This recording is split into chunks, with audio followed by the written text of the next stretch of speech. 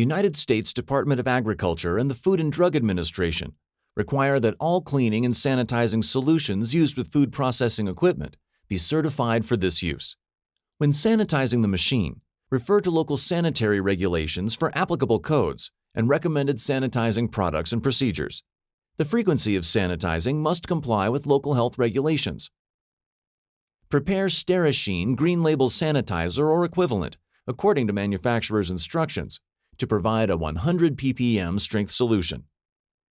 Draw 1 gallon of approved sanitizer for each barrel and allow to cool, less than 100 degrees Fahrenheit. Any sanitizer must be used only in accordance with the manufacturer's instructions.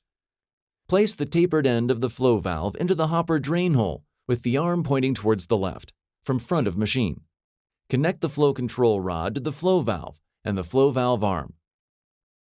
Make sure the flow control valve is shut by turning the control knob counterclockwise to the off position.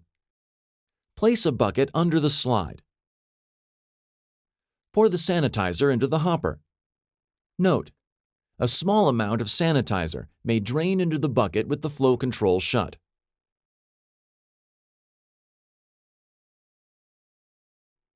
Clean sides of hopper, flow valve, and underside of hopper cover using a sanitized soft bristle brush dipped in the sanitizing solution.